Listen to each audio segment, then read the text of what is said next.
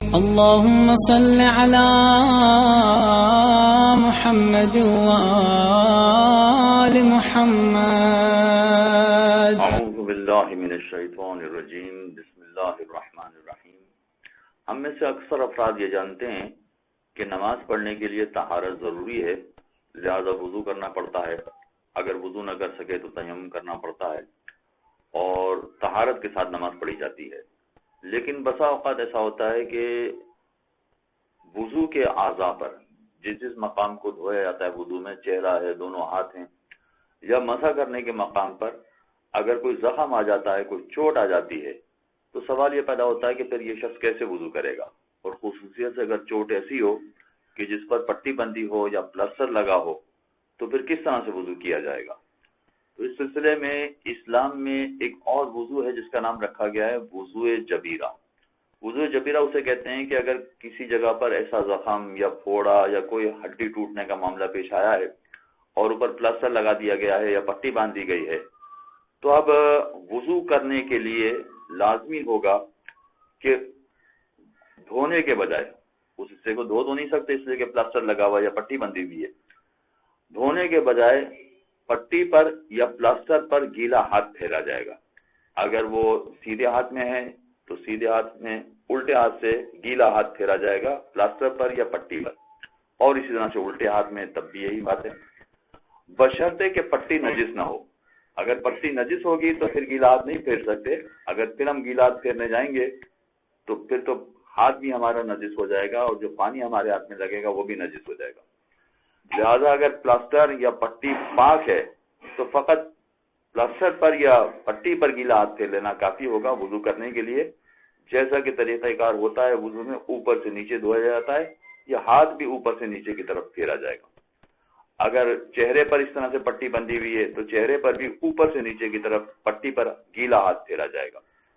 اور اگر فرض کیجئے کہ پٹی نجس ہو گئی ہے خون کی وجہ سے یا دوا کی وجہ سے یا کسی اور وجہ سے، اگر پٹی نجس ہو گئی ہے تو پھر ایسی صورت میں ایک پاک کپڑا اس پلاسٹر پر یا پٹی پر رکھیں گے اور پھر اس پاک کپڑے پر گیلا ہاتھ پھیریں گے. اسے وضو جبیرہ کہا جاتا ہے.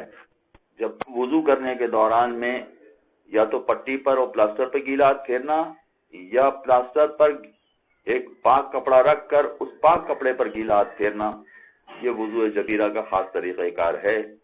اس طرح سے وضو کیا جائے گا اور اس کے بعد نماز پڑھی جائے گی.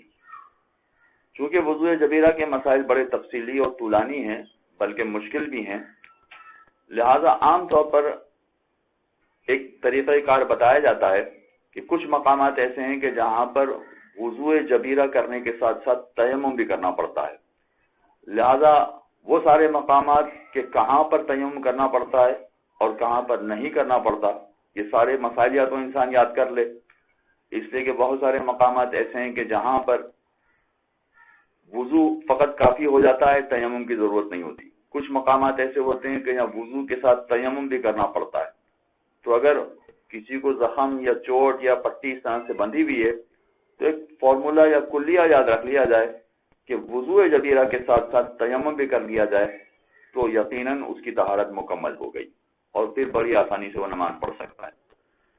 ورنہ ہر مسئلے کے لیے الگ تفصیلات ہیں.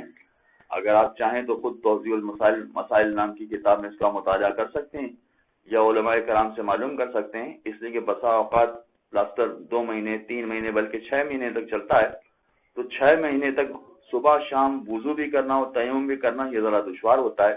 تو اگر اپنا مسئلہ معلوم کر لیا جائے کہ اس کی ذمہ داری فقط وضو کرنے سے پوری ہو جاتی ہو تو 6 مہینے تک اسے تیمم نہیں کرنا پڑے گا. اور بسا اوقات ذمہ داری یہ ہوتی ہے کہ فقط تیمم کرنا پڑتا ہے، وضو کرنے کی ضرورت نہیں پڑتی، تو فقط اگر تیمم کر لیا جائے تو وضو نہیں کرنا پڑے گا اسے. ورنہ عام کلیہ اور آسان طریقہ کار یہ ہے کہ وضو اور تیمم دونوں کر لیے جائیں تو پھر اس کی ذمہ داری پوری ہو جائے گی اور اس طہارت کے ساتھ وہ نماز پڑھے گا. اگر زخم لگا ہے، ہڈی ٹوٹ گئی ہے، پیر ٹوٹ گیا ہے، ہاتھ ٹوٹ گیا ہے، تو اس کا ہرگز یہ مطلب نہیں ہے کہ نماز معاف ہو جائے گی. نماز تو پھر بھی پڑھنا پڑے گی، بلکہ نماز میں پھر جو وضو جبیرہ کا طریقہ بتایا گیا ہے اس طرح سے طہارت کر کے نماز پڑھنا پڑے گی. وصلی اللہ علی محمد وآلہ اللهم صل على محمد وآل محمد